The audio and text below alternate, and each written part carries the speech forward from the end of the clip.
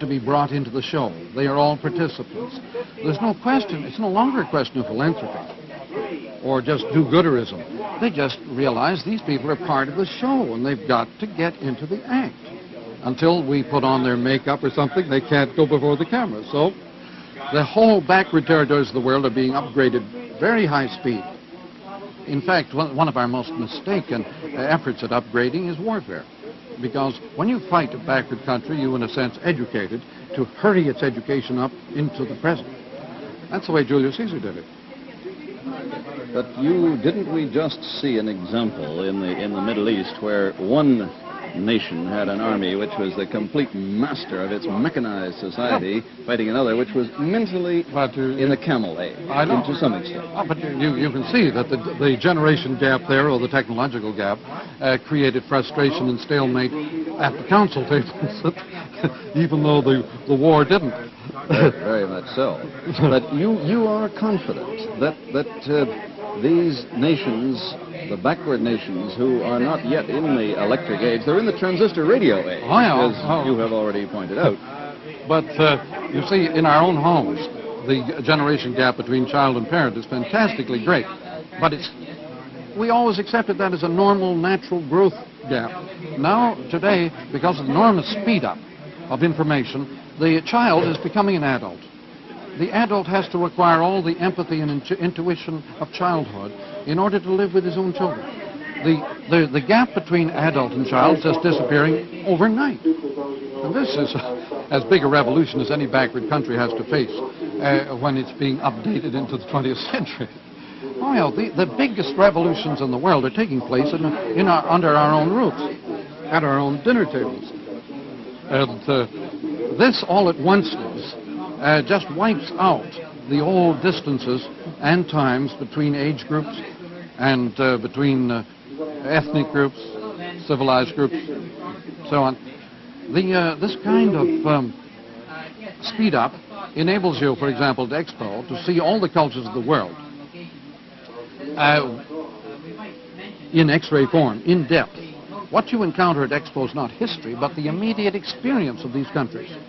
You walk into a pavilion and you experience them not as they were or they will be, but as they are, as an immediate experience, as immediate as the smell of a cigarette.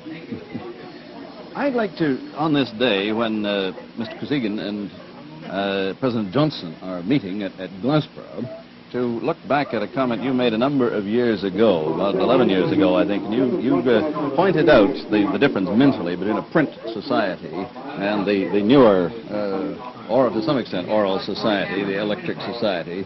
And you made the interesting observation that the United States and Soviet Union are the two great countries which came to greatness in the era of the printing press. No, I'm not sure that I wish to say just that. The United States is entirely a product of the printing press. Russia had many centuries of history before print and still has huge commitments. But the Soviet Communist Society is a printing press.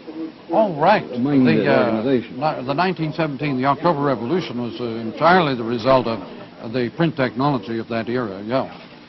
But do you find in those two countries today any indications of perhaps problems that they inherit from the printing press? Oh, yeah, because the United States is always looking for blueprints and always looking for solutions in forms of classified data. This, of course, is utterly alien to a Russian culture with its oral traditions of involvement. And so there's great gaps, cultural gaps, between the U.S. and Russia. The Russians haven't had time to become completely permeated with print culture by any means.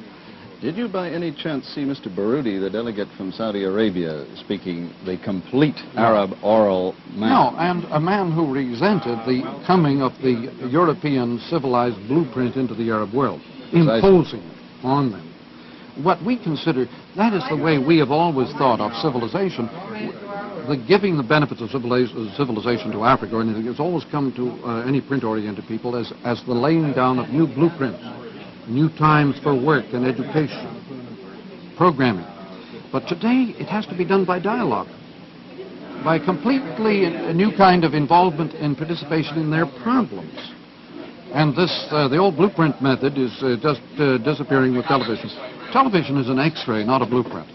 And so it goes right inside problems, inside cultures, in depth.